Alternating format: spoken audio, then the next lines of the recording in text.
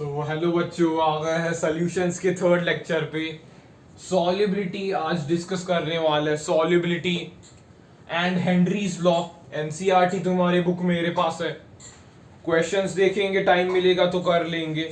क्या क्या कवर करने का पहले बता देता हूँ तुम्हें।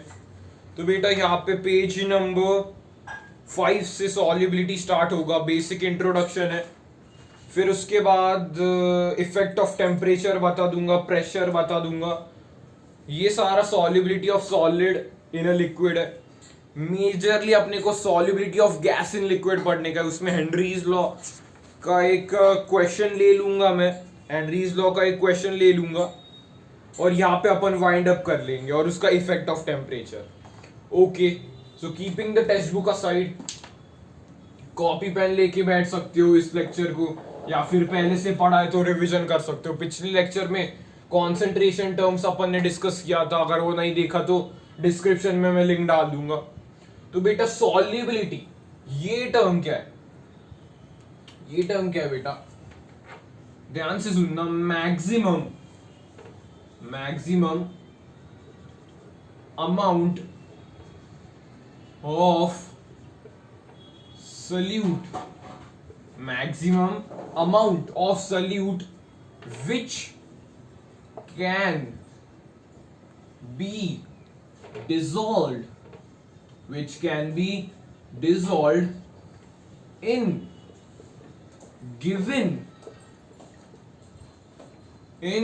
given amount of solvent at a particular temperature is called solubility। ये बेटा इंट्रोडक्शन में पहले तुम्हें सर बोरिंग लग रहा होगा। सर आपने डिफाइन से क्यों चालू किया?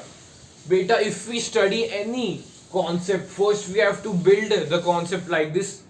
डेफिनिशंस, कॉन्सेप्ट एंड एप्लीकेशन। वैसे मेरी टीचिंग स्किल्स है, वैसे मैं टीच करता हूँ। जैसे फर्स्ट वीडियो में मैंने सोल्यूशन वगैरह के बारे में बताया, फिर सेकंड वीडियो में अपन न्यूमेरिकल्स लिए थे। वैसे सोल्यूशन का सॉल्युबिलिटी में पहले अपन डिफाइन से चालू करेंगे, एक वन बाय वन कॉन्सेप्ट समझेंगे, थ्योरी पढ़ेंगे, फिर उसके बाद न्यूमेरिकल अगर अपने को फॉर्मूला दिखता है तो न्यूमेरिकल उठा लेंगे। अपार्ट फ्रॉम दैट सॉल्युबिलिटी क्या है? आ जाओ यहाँ पे फिर से फोकस करो। Maximum amount of solute which can be dissolved in given amount of solvent at particular temperature।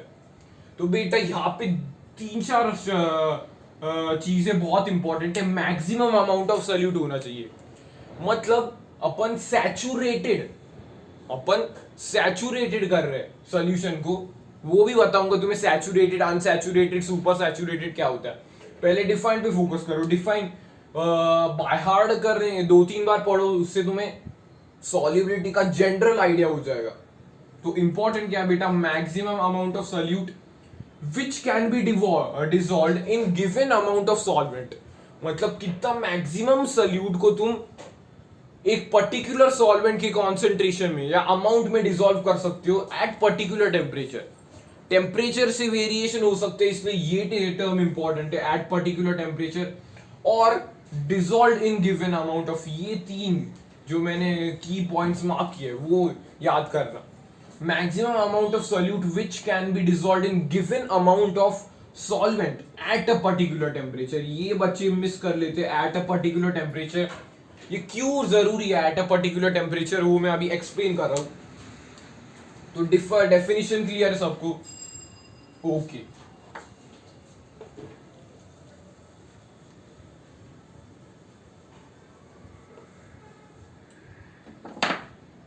आगे अपन क्या डिस्कस करेंगे कि सर टेम्परेचर का टर्म क्यों ले रहे हो आप? ओके, यहां पे सपोज एक बीकर है, इसमें मैंने ऊपर से सपोज सोल्यूट डाल दिया है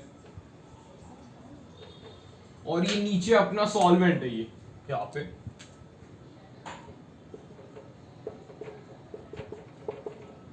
और मैंने सल्यूट डाल दिया है। आगे के केस में क्या किया है मैंने, वही बीकर है, सल्यूट मैक्सिमम सल्यूट डाला है बेटा, मैक्सिमम सल्यूट,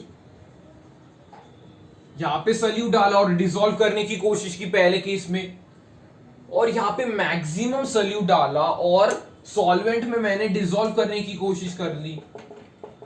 तो बेटा ये अगर ये डिसॉल्व हो रहा है पूरे से मैक्सिमम सल्यूट, मतलब इतना अपन ने चूज किया कि इतने ही पे ही ये दोनों सेम टेम्परेचर पे, तो बेटा यहाँ पे अपन ने थोड़ा सल्यूट डाला तो अपन ने देखा कि मिक्स करके कि मिक्स हो रहा है, और उसके बाद अपन ने और थोड़ा ऐड करते गए, और इस पॉइंट पे जब भी मैक्स सल्यूट हो गया तभी अपन देख सकते हैं कि फर्दर एडिशन किया तो इक्विलिब्रियम टूट रहा था, मतलब और डिसॉल्व नहीं हो पा रहा था, मतलब ये मैक्सिमम डिसोल्यूशन हो गया। तो बेटा इसको बोलते हैं अपन max solute dissolve in given amount of solvent at particular temperature, इसको अपन बोलते हैं सैचुरेशन। सैचुरेशन, और सैचुरेशन के पहले वाला ये क्या हो जाएगा बेटा, अनसैचुरेटेड, क्योंकि और सल्यूट अपने को ऐड करने की जरूरत है, और सल्यूट अपने को ऐड करने की जरूरत है, तो इसे अपन बोल देंगे अनसैचुरेटेड।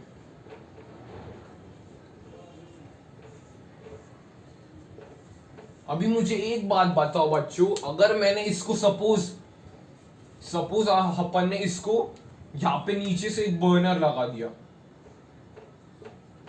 हीट करने लगा मैं इसको और स्पून से मिक्स कर रहा हूं, तो और अमाउंट लगेगी क्या, नहीं बताओ मुझे, लगेगी। तो जब भी मैं हीट कर रहा हूं तभी मैं टेम्परेचर चेंज कर रहा हूं, तो टेम्परेचर से देख सकते हो कि सॉल्युबिलिटी इंक्रीज हो रही है, इस केस में सॉल्युबिलिटी इंक्रीज हो रही है, मैं और डिसॉल्व कर पा रहा हूं, मतलब यहां पे सैचुरेशन के बाद, सैचुरेशन कभी हुआ जब इससे आइडल टेम्परेचर लिया, फिर उसके बाद अपन ने सर हीटिंग करना चालू कर दिया, और सल्यूट अपन ऐड कर सकते थे, और सल्यूट मैंने ऐड कर दिया, और सल्यूट ऐड करने के बाद मुझे क्या पता चला, अरे और डिसोल्यूशन हो रहा है, और हीटिंग को मैंने कंटिन्यू किया, तो एट अ सर्टेन लिमिट और मैं ऐड नहीं कर पा रहा था, then I will call this solution as supersaturated solution. What I told, I will call this solution as super saturated solution. I called this super saturated solution. मतलब पहले unsaturated का तो बहुत क्लियर है, इसको निगलेक्ट कर दो, ये क्लियर है। इसके बाद अपन ने मैक्स सल्यूट डाल के देखा और उसी टेम्परेचर पे अपन स्टर कर रहे थे, हाँ ये सैचुरेशन पे अटेंड है।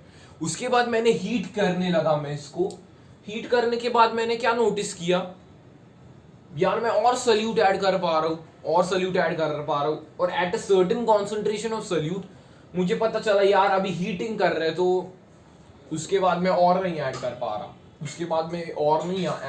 रहा, मतलब ये कंडीशन हो गई अपनी सुपर सैचुरेटेड सॉल्यूशन। मतलब यहाँ पे देख सकते हो कि ये एट गिवन टेम्परेचर और एट सर्टेन टेम्परेचर वाला टर्म कितना इंपॉर्टेंट है, क्योंकि सॉल्युबिलिटी टेम्परेचर पे डिपेंड कर रही है। इस केस में अपन ने सॉल्यूट एक सॉलिड पकड़ा है और ये लिक्विड मीडियम है, इसलिए टेम्परेचर मैंने बढ़ाया तो सॉल्युबिलिटी इंक्रीज कर रही है, सॉल्युबिलिटी इंक्रीज कर रही है। मतलब टेम्परेचर का टर्म कितना इंपॉर्टेंट है वो तुम्हें इससे समझ में आ गया, क्यों मैंने वो डिफाइन में लिखा कि सर्टेन टेम्परेचर चेंज किया तो सॉल्युबिलिटी भी अफेक्ट होगी बच्चों। तो बेटा ये था introduction in the sense solubility का इंट्रोडक्शन। अभी अपन क्या स्टार्ट करेंगे, solubility of solid in liquid कर ले स्टार्ट। ओके, हेडिंग डाल दो पहले की बेटा, इतना इंपॉर्टेंट नहीं है, बस एक्सप्लेन कर रहा हूं मैं। Solubility of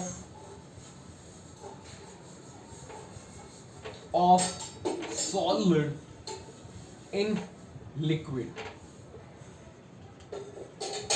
solubility of solid in liquid. बेटा ये बहुत सिंपल है, एनसीईआरटी से पढ़ लिया तो भी तुम्हें समझने वाला, लेकिन मैं इजी वे में और एक्सप्लेन कर लूं और इजी वे में तुम्हें बता दूं। ए बोल दूंगा, यहाँ पे बी बोल दूंगा। क्लियर है?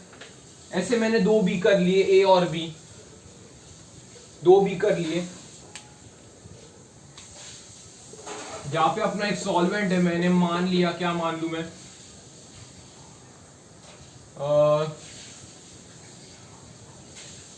ओके, यहाँ पे मैंने मान लिया CCl4 मैंने मान लिया, और मैं यहाँ पे बेंजीन ऐड कर रहा हूँ। बेंजीन ऑर्गेनिक कंपाउंड है बेटा, बेंजीन में ऐसा सल्यूट यूज कर रहा हूँ। यहाँ पे बेंजीन अपन सल्यूट यूज कर रहे हैं, और CCl4 अपना सॉल्वेंट है। एक बी वाले केस में देखो, बी वाले केस में मैंने वाटर ले लिया है, वाटर ले लिया है, और ये ले लिया है NaCl, सॉल्ट तुम बोल सकते हो। अभी बच्चों ऐसा सर आपने क्यों बताया कि 2 बीकर्स लो और ऐसा करो? क्योंकि बेटा एक तुम्हें 9th या 10th से बेस वाला कॉन्सेप्ट है, ये बेसिक कॉन्सेप्ट है, वो तुम्हें रिवीजन करा रहा हूं मैं। यहाँ पे क्या है बेटा, ए में CCl4 और बेंजीन दोनों नॉन पोलर है, दोनों नॉन पोलर है यहाँ पे। तो बेटा benzene will be dissolved in CCl4 because like dissolves like. ये बताने की मैं तुम्हें मेन कोशिश कर रहा हूं, लाइक डिसॉल्व्स लाइक। यहाँ पे क्या है बेटा, NaCl सॉल्ट है, ये पोलर है, और वाटर भी अपना पोलर सॉल्वेंट है। Like dissolves like, polar solute will dissolve in polar solvent, and non polar solute will dissolve in non polar solvent. Clear है? अगर मैंने वाइस वर्सा कर दिया, NaCl को मैं CCl4 में डिसॉल्व करने की कोशिश करूं तो डिसॉल्व होगा क्या? नहीं होगा डिसॉल्व। और अगर मैं बेंजीन को वाटर में डिसॉल्व करने की कोशिश करूं, नहीं होगा, इनसॉल्युबल होगा, नहीं डिसॉल्व होगा। तो बेटा यहां पे क्या समझना तुम्हें इन दो एग्जांपल से, लाइक डिसॉल्व्स लाइक, ये समझना तुम्हें यहां पे लिख देता हूं मैं पहले, like dissolves like, that is non-polar solute is dissolved in non-polar solvent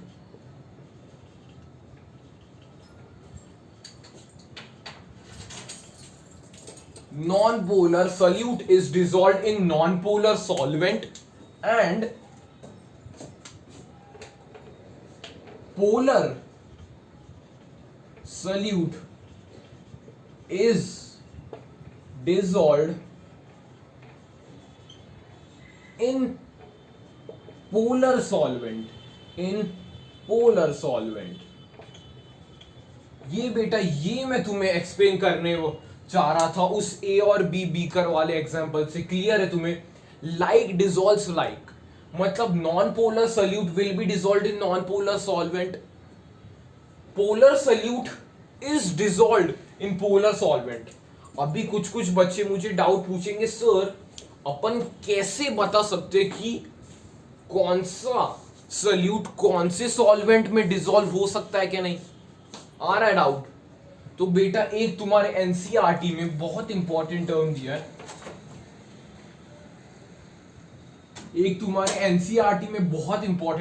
है, मैं एनसीईआरटी लेके आया हूं। देखो बेटा वो टर्म क्या है, तुम्हारा जाना चाहिए उस पे ध्यान। हाँ, पेज नंबर 6 पे यहां पे देखो, in general a solute dissolves in a solvent if the intermolecular interactions are similar in the two, or we may say like dissolves like। मतलब यहां पे like dissolves like में तुम्हें और एक चीज समझनी है कि जब भी इंटरमॉलिक्यूलर इंटरैक्शंस सिमिलर होगे तभी ही सल्यूट सॉल्वेंट में डिसॉल्व होगा। क्या बोला मैंने? Only when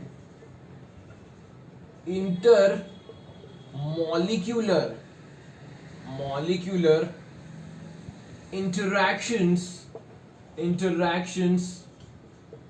will be similar, then only solute will dissolve in solvent या फिर लाइक डिसॉल्व्स लाइक। ये मैंने क्यों लिखवाया तुम्हें? क्योंकि डायरेक्ट बेटा असर्शन रीजन क्वेश्चन आ सकता है। ओनली व्हेन इंटरमॉलिक्यूलर NaCl और वाटर में intermolecular ion dipole movement forces, उनके intermolecular forces of attraction similar से है, इसके वजह से जो सल्यूट डिसॉल्व करेगा सॉल्वेंट के अंदर। ये क्लियर है बच्चों सबको? ओके, अभी एक तुम्हें इंटरेस्टिंग बात बताता हूं मैं। इंटरेस्टिंग बात क्या है बेटा? ये बेटा मैं इक्विलिब्रियम से कनेक्ट कर रहा हूं, जो तुम्हारे क्लास 11th का चैप्टर है उससे कनेक्ट कर रहा हूं। सपोज यहां पे एक अपना बीकर है यहां पे। सिंपल एग्जांपल लेंगे, it is not complicated, it is very simple to understand. क्या ले रहा हूं यहां पे मैं? Simply H2O, nothing to worry about. If you are listening to this lecture carefully, reading the NCERT, solving each and every problem, it will be easy. Add क्या कर रहा हूं मैं? शुगर ऐड कर रहा हूं, एंड आई विल मिक्स करूंगा। Sugar is soluble in water, अपने को मालूम है। तो इसको क्या होता है मिक्सिंग में? अगर मैंने शुगर ऐड किया है वाटर में, तो इसको क्या बोलेंगे अपन? Dissolution. When sugar is dissolving in water, it is called dissolution. लिख देता हूं मैं, डिसोल्यूशन। ओके, अभी यहां पे क्या होगा? जो सॉल्यूशन बनेगा अपना सॉल्यूशन, वो थोड़े शुगर के पार्टिकल से ऐसे कोलाइड करेगा, जो सॉल्यूशन वाला है, और वो सल्यूट के शुगर के पार्टिकल से कोलाइड करेगा। कोलाइड करने से वो ऐसे बाहर सेपरेट होगा, मतलब solute particle will be separated out due to collision solute particle will be separated out. अपन देख नहीं सकते ये इसको, लेकिन अंदर ही फिनोमेना हो रहा है। डिसोल्यूशन तो सबको मालूम है, इसको समझो। कोलिजन हो रहा है, सल्यूट मॉलिक्यूल्स कोलाइड कर रहे हैं, उसकी वजह से सल्यूट मॉलिक्यूल्स बाहर सेपरेट हो रहे हैं, मतलब इसी कंटेनर में सेपरेट आउट हो रहे हैं। इस प्रोसेस को अपन बोलते हैं सर क्रिस्टलाइजेशन।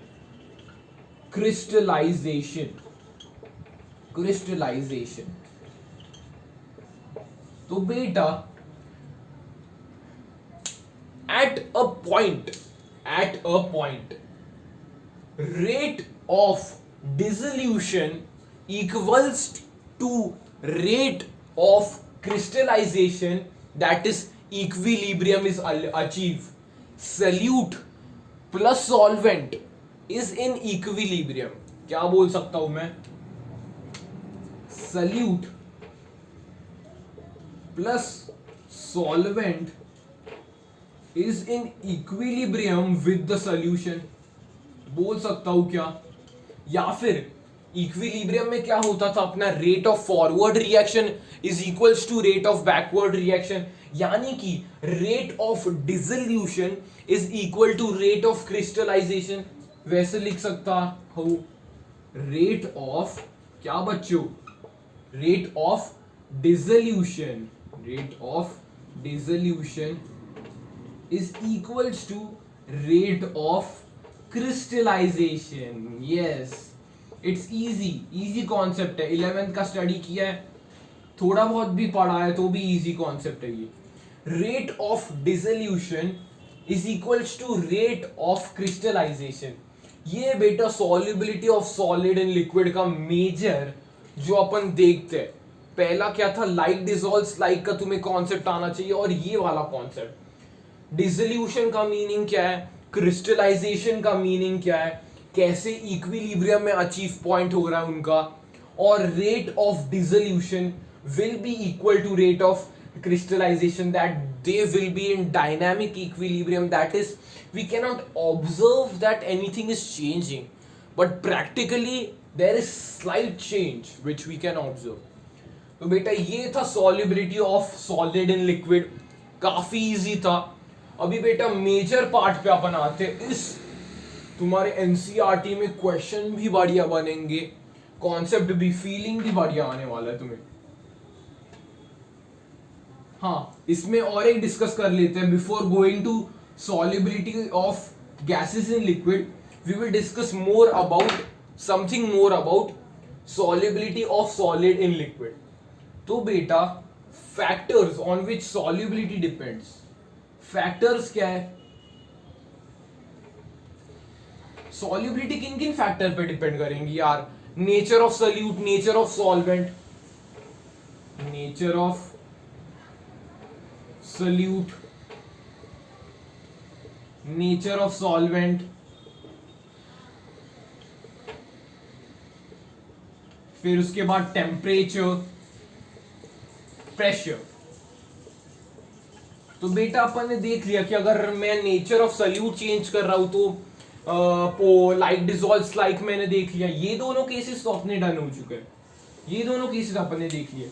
अभी अपन डिस्कस करेंगे solubility of solid in liquid में टेम्परेचर और प्रेशर का क्या रोल है, इफेक्ट क्या है उनका, वो बताओ जरा सर हमें।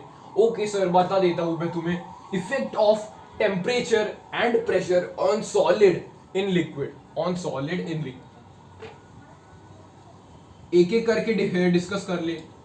ओके, पहली हेडिंग क्या लगाऊंगे इसके नीचे ही कंटिन्यूएशन में, इफेक्ट ऑफ टेम्परेचर क्या है सर, इफेक्ट ऑफ टेम्परेचर क्या है।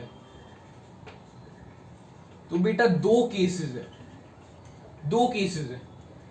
If on dissolution, if on dissolution, यहां पे एक तो एंडोथर्मिक हो रहा है, एंडोथर्मिक यानी कि हीट लग रही है, या फिर एक्सोथर्मिक हीट रिलीज हो रही है। तो क्या क्या होगा, एक्सोथर्मिक या फिर एंडोथर्मिक केसेस में क्या होगा, डिसोल्यूशन किया मैंने, अगर एंडोथर्मिक है तो क्या होगा पहले डिस्कस कर लेते हैं। एंडोथर्मिक में मैंने, अगर एंडोथर्मिक में मैंने टेम्परेचर बढ़ाया बच्चों, टेम्परेचर बढ़ाया, तो बेटा टेम्परेचर बढ़ाया तो सॉल्युबिलिटी बढ़ेगी। कैसे, एक्सप्लेन करे sir.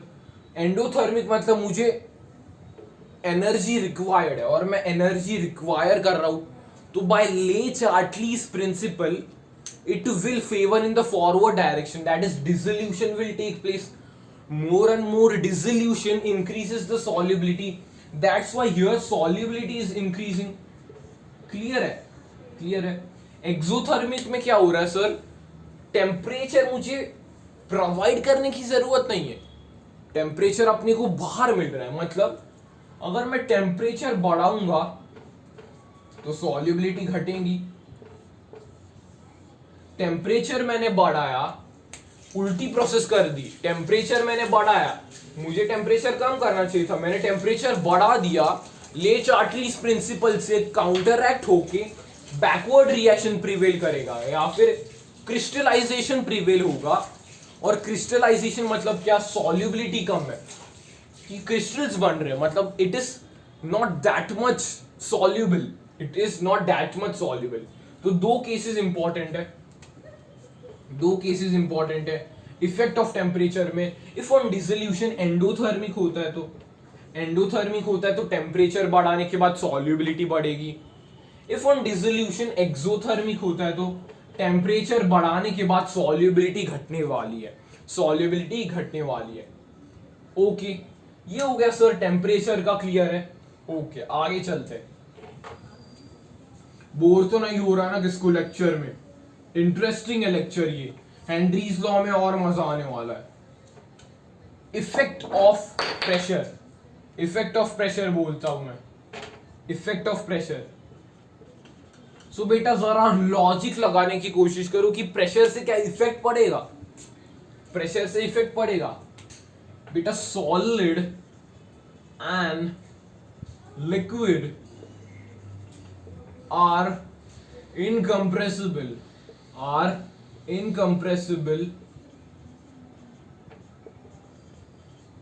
solids and liquids are incompressible. So why to study the effect of pressure if pressure is not playing a role in that? Pressure is not playing a role in solubility only, then why are we studying effect of pressure? It's no sense ना। incompressible है बच्चा, solids और liquids ये तुम्हें मालूम है। Attraction ज्यादा है, स्पेसिस इंटरमॉलिक्यूलर स्पेसिस ज्यादा नहीं है, अट्रैक्शन है, स्पेसिस कम है इंटरमॉलिक्यूलर, इसलिए प्रेशर का कंप्रेस नहीं कर सकते ना अपन सॉलिड को। कंप्रेस करने के बाद सॉल्युबिलिटी कैसे अफेक्ट होगी अगर कंप्रेस ही नहीं कर पा रहे तो। सो बेटा effect of pressure is neglect करेंगे अपन, solids and liquids are incompressible, so it is no sense in studying effect of pressure. Okay तो बेटा अभी अपना कंप्लीट हो चुका है solubility of solid in liquid. Clear है बेटा, इजी है, ये इजी है, इससे इतने क्वेश्चंस नहीं बने। लेकिन main solubility of gases in liquid, ये इसमें मजा आएगा। क्या है sir? Solubility of gases in liquid, okay तो स्टार्ट अपन करते इससे इफेक्ट ऑफ प्रेशर से। इफेक्ट ऑफ प्रेशर से अपन स्टार्ट करेंगे। इफेक्ट ऑफ प्रेशर से ओके। ये बेटा तुम्हें डायग्राम दिखाने के लिए मैं एक एनसीईआरटी बुक से डायग्राम फिगर 1.1 देखो तुम। यहां पे ए वाला है जिसमें एक ही वेट है और बी वाला है जिसमें ज्यादा वेट्स है, तो अभी उसका अपन डायग्राम रिलेट करने वाला है। यहाँ पे effect of pressure upon study कर रहे हैं क्योंकि बेटा गैसेस आर कंप्रेसिबल, ये मालूम है तुम्हें, gases are compressible, that's why solubility is altering ना। गैसेस कंप्रेसिबल है, सॉलिड के केस में नहीं था क्योंकि सॉलिड्स इनकंप्रेसिबल है, गैसेस तो कंप्रेसिबल है, मतलब क्या हो रहा है वो अपन देखेंगे।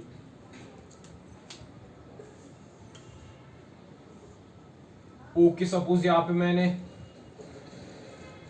पे गैस मॉलिक्यूल्स है, यहाँ पे नीचे लिक्विड है, यहाँ पे मैंने एक वेट रखा है W, वही तुम्हारे एनसीईआरटी में ही डायग्राम है, ये कुछ अलग नहीं बना रहा हूं मैं।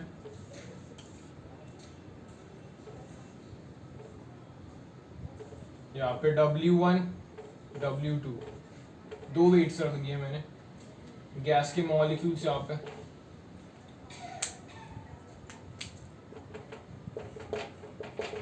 तो अभी बेटा इस केस में ये पिस्टन है, पिस्टन पे मैं क्या वेट इंक्रीज कर रहा हूं, मतलब प्रेशर में बढ़ा रहा हूं।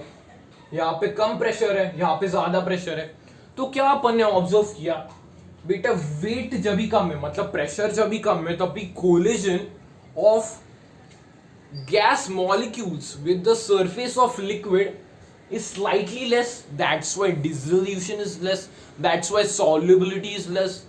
And if the weight is increased, that is pressure is increased, the collision of gas molecules on the surface of liquid will increase करेगा बच्चों।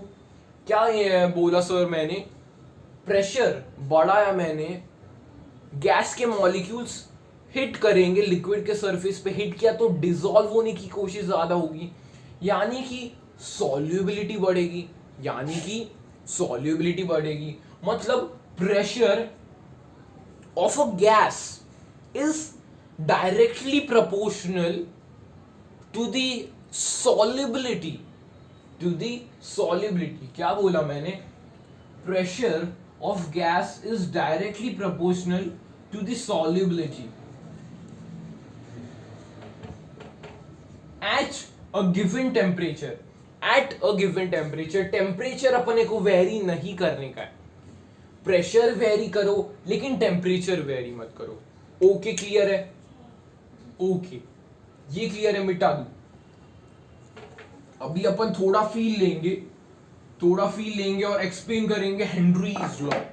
हेनरीज लॉ कैसे? ये एक बेटा बॉटल है, कोका कोला की बॉटल है,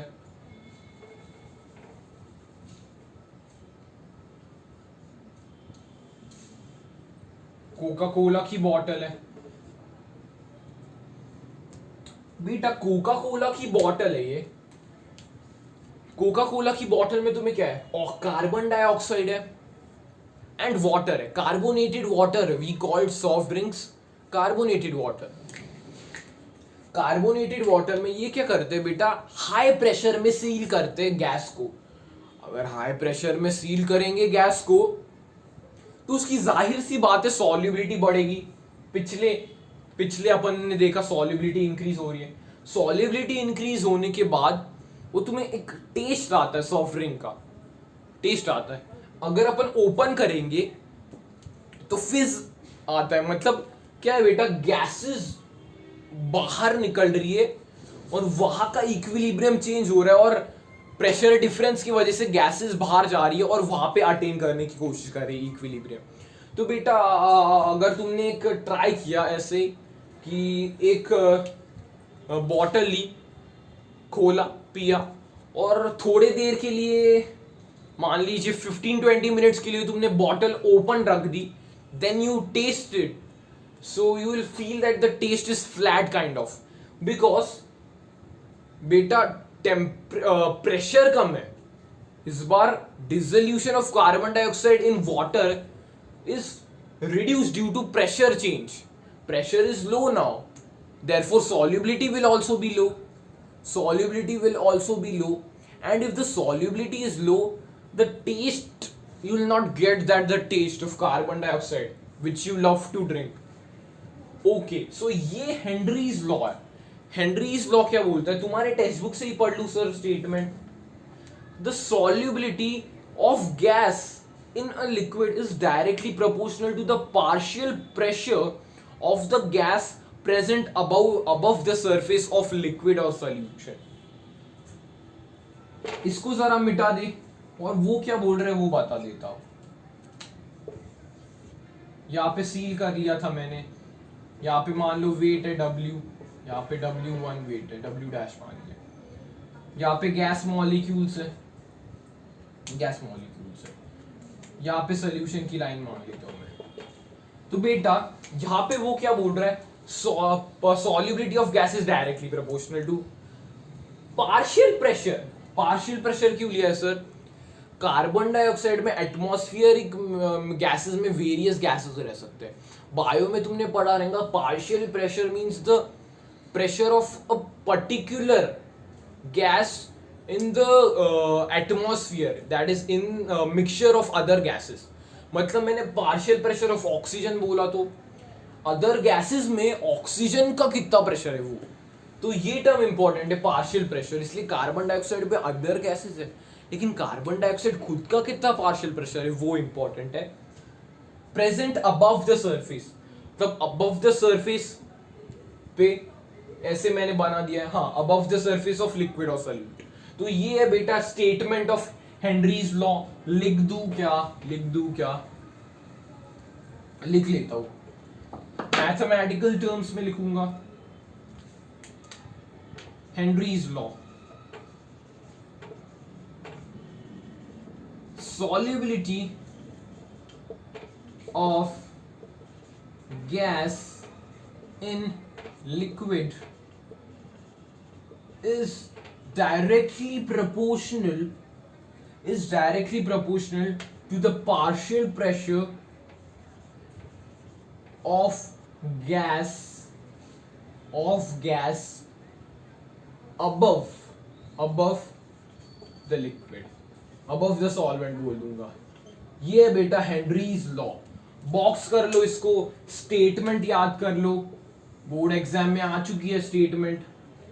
solubility of gas in liquid is directly proportional to partial, क्या लिखा है मैंने, partial pressure of gas above the solvent. ये है बेटा हेनरीज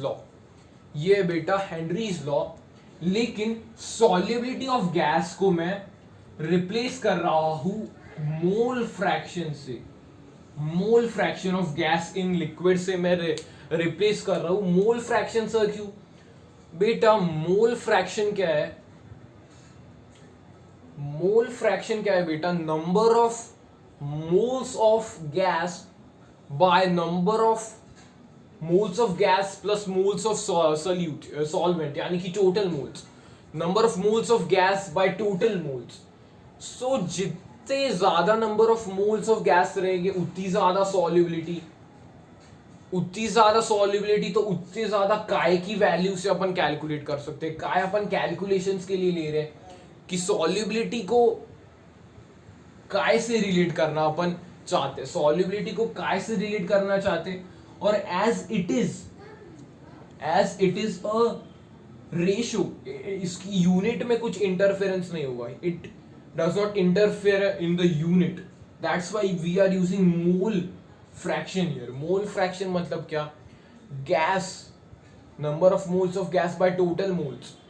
तो number of moles of gas by total moles मतलब अगर जितना ज्यादा वो रहेगा मतलब उतना ही ज्यादा सॉल्युबिलिटी है।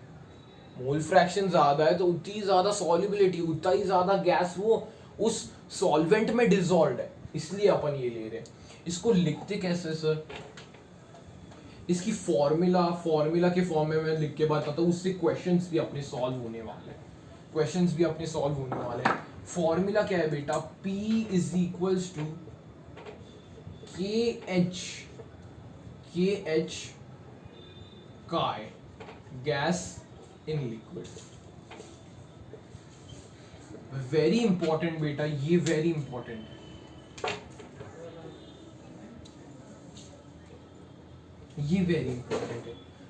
Pressure, partial pressure of gas, pressure या partial pressure is equal to Henry's constant into mole fraction of gas in liquid. तो अगर मैं इसके बारे में कुछ बताने की कोशिश करूं तो P by X gas, mole fraction of gas in liquid is equal to K by H। मतलब जब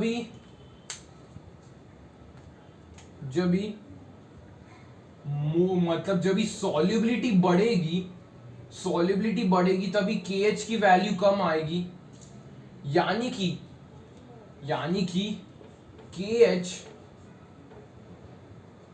KH is inversely proportional to solubility। मतलब अगर किसी सब्सटेंस की वैल्यू 144 है और किसकी 35 है, so that 144 वाला will be almost insoluble and that 35 वाला will be soluble। मतलब जितनी ज्यादा KH की वैल्यू उतना कम सॉल्यूबल, जितनी कम KH की वैल्यू उतना ज्यादा सॉल्यूबल। ये इंपॉर्टेंट रिलेशन तुम्हें याद कर लेना है। ओके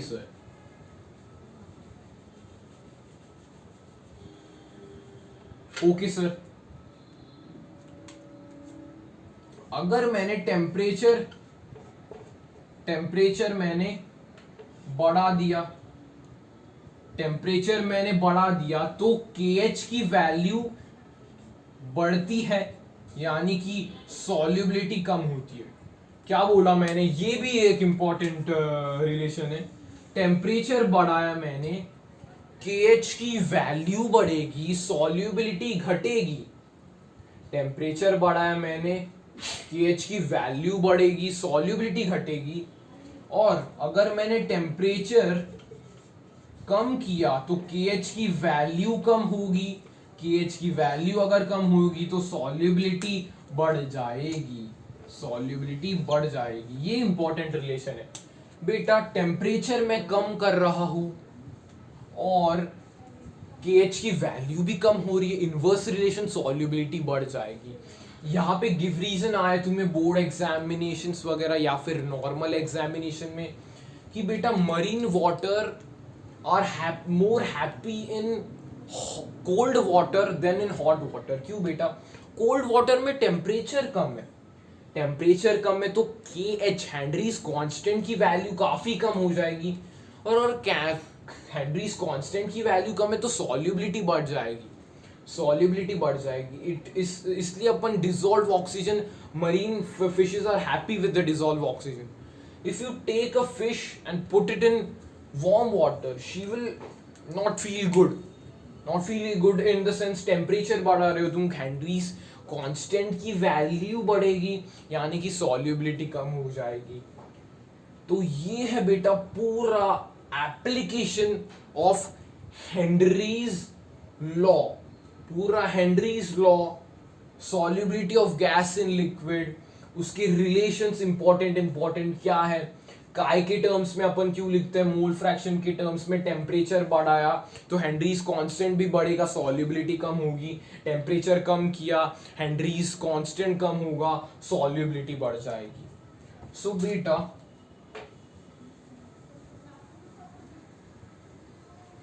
बेटा अभी तुम्हें मैं वो नहीं बता रहा हूं कि बेंड्स डिजीज वगैरह के बारे में, यहाँ पे बेंड्स वगैरह के बारे में। टेम्परेचर का तो मैंने बता दिया है ना, हाँ, solubility decreases with increase in temperature बता दिया है। फिर यहाँ पे देखो, to increase solubility of carbon dioxide, soft drink वाला मैंने बता दिया है। Scuba divers must cope with high concentrations of dissolved gas while breathing air at high pressure under water। So बेटा जैसे ही डाइवर एक अंदर जाता है तो उस पर प्रेशर ज़्यादा लगता है, प्रेशर ज़्यादा लगता है तो सॉल्युबिलिटी उसकी ज़्यादा हो रही है, ज़्यादा हो रही है तो प्रेशर बढ़ेगा। और अगर वो सरफेस के ऊपर आ रहा है, ये एप्लीकेशन है उसका, क्या है बेटा, डाइवर ने उड़ी मारी पानी में, diver jumped into the water, गया नीचे गया, यहाँ पे प्रेशर बढ़ेगा। बेटा अभी क्या होगा, जब ये से ऊपर आ रहा है प्रेशर ग्रेजुअली कम होगा तो नाइट्रोजन बबल होने लगेगा बॉडी में, ब्लड में नाइट्रोजन घुसेगा, नाइट्रोजन घुसने से इस the arteries will get blocked, blockage of artery होगा,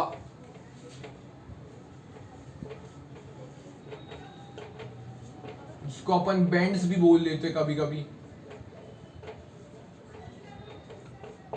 तो इसकी वजह से अपन एक डाइल्यूट, उसके टैंक में डाइल्यूट करने के लिए हीलियम लगा देते, हीलियम गैस करते, क्योंकि डाइल्यूट हो जाएगा इसलिए अपन बैलेंस कर पाए। और ये तो मुझे बताने की जरूरत नहीं है, एक सिंपल सा उन्होंने दिया है, थर्ड में क्या दिया है, at higher altitude partial pressure of oxygen is less, इसलिए अपने को ब्लड में ऑक्सीजन की कमी हो जाती है, क्लाइंबर्स वीक हो जाते हैं, और सिम्टम्स मतलब वो कंफ्यूज हो जाते हैं, उस कंडीशंस को अपन एनोक्सिया बोलते हैं। इसके बस सिंपल याद कर लो, ये क्वेश्चन सॉल्व करने की कोशिश करो, ये वीडियो लंबा ना हो जाए इसलिए क्वेश्चंस में ले रहा नहीं हूँ, लेकिन ट्राई करो सॉल्विंग की, अगर डाउट आ रहा है तो पूछ सकते हो मुझे। So this was all about today's video, we discuss solubility introduction, solubility of solids in liquids, solubility of gases in liquids, Henry's law, effect of pressure directly proportional, effect of temperature inversely proportional. So this was all about today's video. We covered third lecture we covered solubility. So अगर आपको ये video पसंद आया तो like ज़रूर करना इस video को, ढेर से ज़्यादा ढेर शेयर करो आपके दोस्तों के साथ जो क्लास 12th में, और डेली मैं वीडियोस अपलोड कर रहा हूँ, ये चैप्टर कंप्लीट हो जाएगा 4 to 5 डेज में, और मेरा थोड़ा सा भी तुम्हें बेनिफिट हो रहा है इस चैनल से तो सब्सक्राइब करना चैनल को। So thanks for watching.